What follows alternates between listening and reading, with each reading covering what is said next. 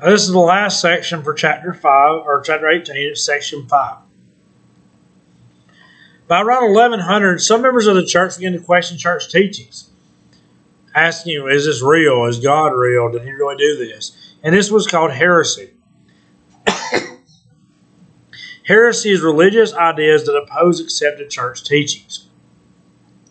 In the early 1200s, the Pope decided to fight heresy by giving the King of France and his soldiers the authorization to rid the country of heretics. I'm like, if you question what the church taught, you were kicked out of the country, basically.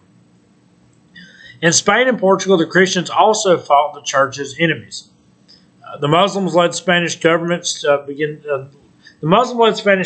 to weaken, and in 1002, the Muslim government completely fell apart, allowing the Christians to move in.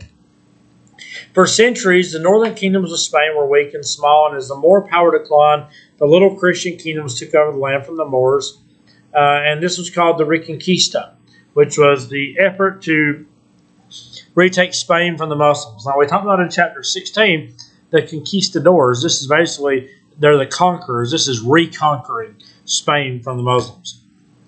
In 1085, Castile won a great victory against the Moors. This inspired other Christian kingdoms to fight the Moors also.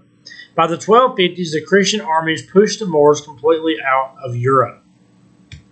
This is going to lead to Portugal and Spain growing more powerful. Portugal was once a part of Castile but broke free, and during this time, Castile and Aragon decided to unite. And this is where two of the most famous monarchs in Spanish history come together. King Ferdinand was the Prince of Aragon, and Queen Isabella was the Castilian princess. When they got married, they united Spain and defeated the last Muslims of Granada, officially making Spain a Christian kingdom. This is also going to lead to them funding Christopher Columbus's voyages, and he don't get funded until they defeat the Muslims in Granada. Ferdinand and Isabella only wanted Christians in their kingdom. This led to the Spanish Inquisition, which was an organization of priests that looked for and punished anybody that was secretly practicing their old religion. Jew, Muslim, atheist, whatever it was, they were punished if they weren't practicing Christianity. People found guilty were sentenced in public ceremonies and killed. Heretics and Muslims weren't the only ones punished. Jews were punished too. It was believed the Jews were the cause of Jesus' death. Jews were ran out of Spain and from countries all over Europe. They were blamed for the death of Christ, the Black Plague, the Black Death, and other negative things. Everybody just blamed stuff on the Jews.